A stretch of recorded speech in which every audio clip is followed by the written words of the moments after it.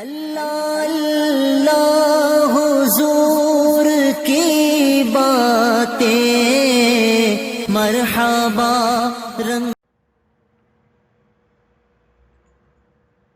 اعوذ باللہ من الشیطان الرجیم بسم اللہ الرحمن الرحیم۔ السلام علیکم۔ نئے آنے والے دوستوں سے گزارش ہے کہ ہم سے جڑے رہنے کے لیے ہمارا چینل سبسکرائب کر لیں اور ساتھ گھنٹی کے نشان کو بھی دبا لیں تاکہ یہ حدیث آپ کو مسلسل ملتی رہیں۔ شکریہ۔ صحیح بخاری کتاب وحی کے بیان میں حدیث نمبر 7۔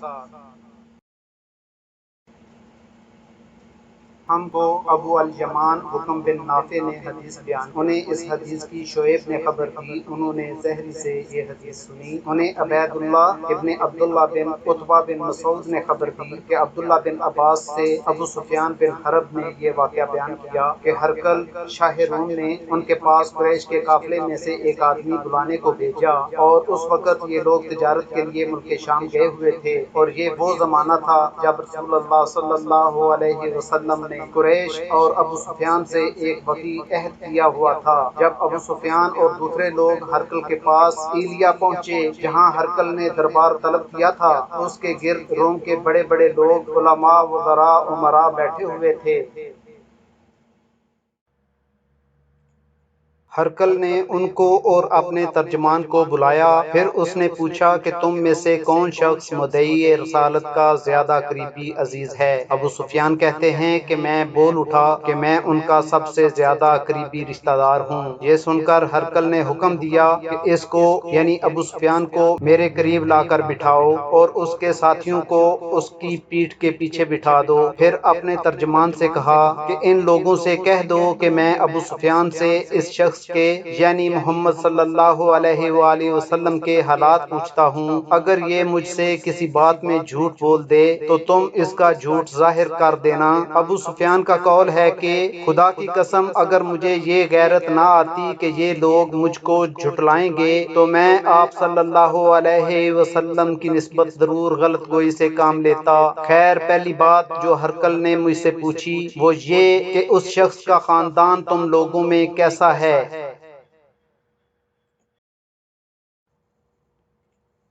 میں نے کہا وہ تو بڑے اونچے عالی نسب والے ہیں۔ کہنے لگا اس سے پہلے بھی کسی نے تم لوگوں میں سے ایسی بات کہی تھی؟ میں نے کہا نہیں۔ کہنے لگا اچھا اس کے بڑوں میں کوئی بادشاہ ہوا ہے؟ میں نے کہا نہیں۔ پھر اس نے کہا بڑے لوگوں نے اس کی پیروی اختیار کی ہے یا کمزوروں نے؟ میں نے کہا نہیں، کمزوروں نے۔ پھر کہنے لگا اس کے تابع دار روز بڑھتے جاتے ہیں یا کوئی ساتھی پھر بھی جاتا ہے؟ میں نے کہا نہیں۔ کہنے لگا کہ کیا آپ نے اس دعوی نبوت سے پہلے کبھی کسی بھی موقع پر اس نے جھوٹ بولا ہے؟ میں نے کہا نہیں، اور اب ہماری اس سے صلح کی ایک مقررہ مدت ٹھہری ہوئی ہے، معلوم نہیں وہ اس میں کیا کرنے والا ہے۔ ابو سفیان کہتے ہیں میں اس بات کے سوا اور کوئی جھوٹ اس گفتگو میں شامل نہ کر سکا۔ ہرقل نے کہا کیا تمہاری اس سے کبھی لڑائی بھی ہوتی ہے؟ میں نے کہا کہ ہاں۔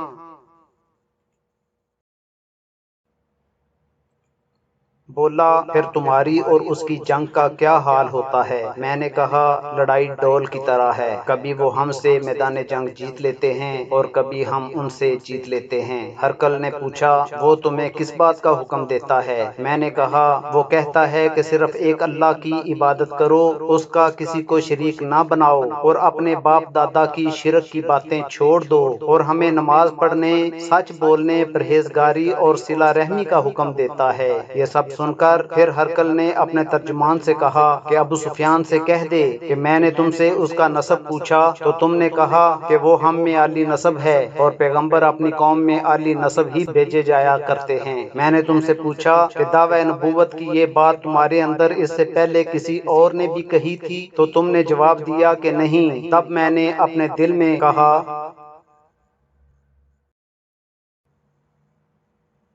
کہ اگر یہ بات اس سے پہلے کسی نے کہی ہوتی تو میں سمجھتا کہ اس شخص نے بھی اس بات کی تقلید کی ہے جو پہلے کہی جا چکی ہے۔ میں نے تم سے پوچھا کہ اس کے بڑوں میں کوئی بادشاہ بھی گزرا ہے؟ تم نے کہا کہ نہیں۔ تو میں نے دل میں کہا کہ ان کے بزرگوں میں سے کوئی بادشاہ ہوا ہوگا تو کہہ دوں گا کہ وہ شخص اس بہانہ اپنے آباء و اجداد کی بادشاہت اور ان کا ملک دوبارہ حاصل کرنا چاہتا ہے۔ اور میں نے تم سے پوچھا کہ اس بات کے کہنے یعنی پیغمبری کا دعویٰ کرنے سے پہلے تم نے کبھی اس کو دروغ گوئی کا الزام لگایا ہے؟ تم نے کہا کہ نہیں۔ تو میں نے سمجھ لیا کہ جو شخص آدمیوں کے ساتھ دروغ گوئی سے بچے وہ اللہ کے بارے میں کیسے جھوٹی بات کہہ سکتا ہے۔ اور میں نے تم سے پوچھا کہ بڑے لوگ اس کے پیرو ہوتے ہیں یا کمزور آدمی؟ تم نے کہا کمزوروں نے اس کی اتباع کی ہے۔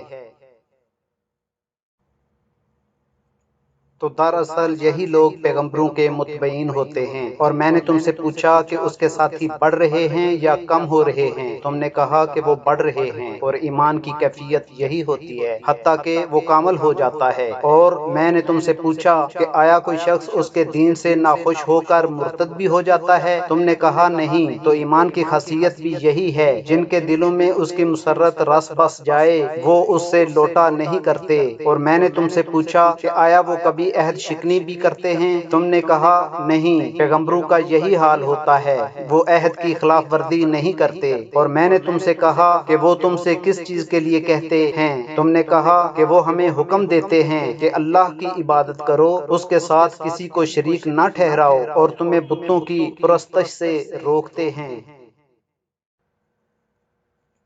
سچ بولنے اور پرہیزگاری کا حکم دیتے ہیں، لہٰذا اگر یہ باتیں جو تم کہہ رہے ہو سچ ہیں تو عنقریب وہ اس جگہ کا مالک ہو جائے گا کہ جہاں میرے یہ دونوں پاؤں ہیں۔ مجھے معلوم تھا کہ وہ پیغمبر آنے والا ہے، مگر مجھے یہ معلوم نہیں تھا کہ وہ تمہارے اندر ہوگا۔ اگر میں جانتا اس تک پہنچ سکوں گا تو اس سے ملنے کے لیے ہر تکلیف گوارا کرتا۔ اگر میں اس کے پاس ہوتا تو اس کے پاؤں دھوتا۔ ہرقل نے رسول اللہ صلی اللہ علیہ وآلہ وسلم کا وہ خط منگایا جو آپ نے دحیہ کلبی رضی اللہ عنہ کے ذریعے حاکم بصرہ کے پاس بھیجا تھا، اور اس نے وہ ہرقل کے پاس بھیج دیا تھا۔ پھر اس کو پڑھا تو اس میں لکھا تھا، اللہ کے نام کے ساتھ جو نہایت مہربان اور رحم والا ہے۔ اللہ کے بندے اور اس کے پیغمبر محمد صلی اللہ علیہ وآلہ وسلم کی طرف سے یہ خط ہے شاہ روم کے لیے، اس شخص پر سلام ہو جو ہدایت کی پیروی کرے۔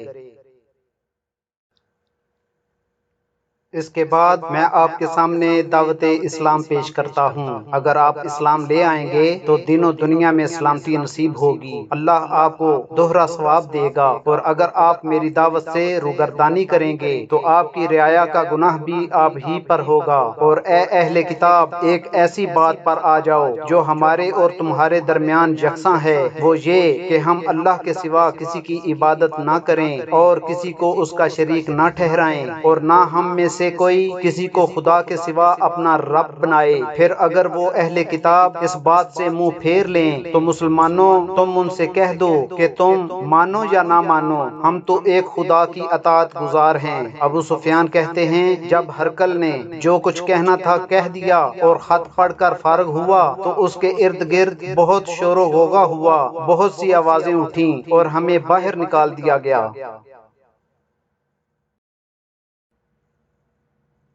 تب میں نے اپنے ساتھیوں سے کہا کہ ابو کبشہ کے بیٹے آن حضرت صلی اللہ علیہ وسلم کا معاملہ تو بہت بڑھ گیا ہے، دیکھو تو اس سے بنی اصفر روم کا بادشاہ بھی ڈرتا ہے۔ مجھے اس وقت اس بات کا یقین ہو گیا کہ حضور صلی اللہ علیہ وسلم عنقریب غالب ہو کر رہیں گے، حتیٰ کہ اللہ نے مجھے مسلمان کر دیا۔ راوی کا بیان ہے کہ ابن ناطور ایلیا کا حاکم، ہرقل کا مصاحب اور شام کے نصارہ کا لاٹ پادری بیان کرتا تھا کہ ہرقل جب ایلیا آیا ایک دن صبح کو پریشان اٹھا تو اس کے درباریوں نے دریافت کیا کہ آج ہم آپ کی حالت بدلی ہوئی پاتے ہیں، کیا وجہ ہے؟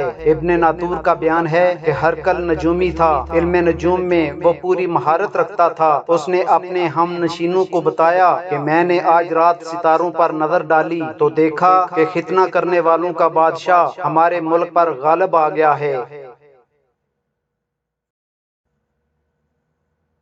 بھلا اس زمانے میں کون لوگ ختنہ کرتے ہیں؟ انہوں نے کہا کہ یہود کے سوا کوئی ختنہ نہیں کرتا، سو ان کی وجہ سے پریشان نہ ہوں۔ سلطنت کے تمام شہروں میں یہ حکم لکھ بھیجے کہ وہاں جتنے یہودی ہوں سب قتل کر دیے جائیں۔ وہ لوگ انہی باتوں میں مشغول تھے کہ ہرقل کے پاس ایک آدمی لایا گیا جسے شاہ غسان نے بھیجا تھا۔ اس نے رسول اللہ صلی اللہ علیہ وسلم کے حالات بیان کیے۔ جب ہرقل نے سارے حالات سن لیے تو کہا کہ جا کر دیکھو وہ ختنہ کیے ہوئے ہیں یا نہیں۔ انہوں نے اسے دیکھا تو بتلایا کہ وہ ختنہ کیا ہوا ہے۔ ہرقل نے جب اس شخص سے عرب کے بارے میں پوچھا تو اس نے بتایا کہ وہ ختنہ کرتے ہیں۔ تب ہرقل نے کہا کہ یہی محمد صلی اللہ علیہ وسلم اس امت کے بادشاہ ہیں جو پیدا ہو چکے ہیں۔ پھر اس نے اپنے ایک دوست کو رومیہ خط لکھا اور وہ بھی علم نجوم میں ہرقل کی طرح ماہر تھا۔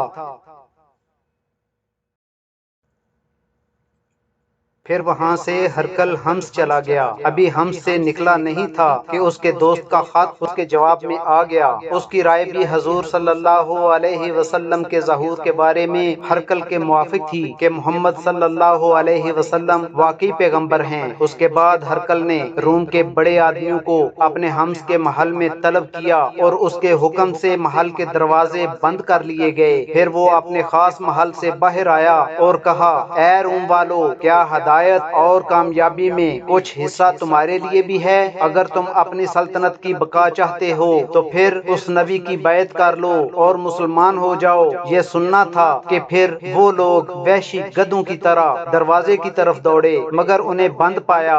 آخر جب ہرقل نے اس بات سے ان کی یہ نفرت دیکھی اور ان کے ایمان لانے سے مایوس ہو گیا تو کہنے لگا کہ ان لوگوں کو میرے پاس لاؤ۔ جب وہ دوبارہ آئے تو اس نے کہا، میں نے جو بات کہی تھی اس سے تمہاری دینی پختگی کی آزمائش مقصود تھی، سو وہ میں نے دیکھ لی۔ تب یہ بات سن کر وہ سب کے سب اس کے سامنے سجدے میں گر پڑے اور اس سے خوش ہو گئے۔ بالآخر ہرقل کی آخری حالت یہ ہی رہی۔ ابو عبداللہ کہتے ہیں کہ اس حدیث کو سہل بن کیسان، یونس اور میمر نے بھی زہری سے روایت کیا ہے۔ واللہ بالصواب والسلام۔ Please subscribe my channel for Hadith program. دیتا ہے اور تارے سلام کہتے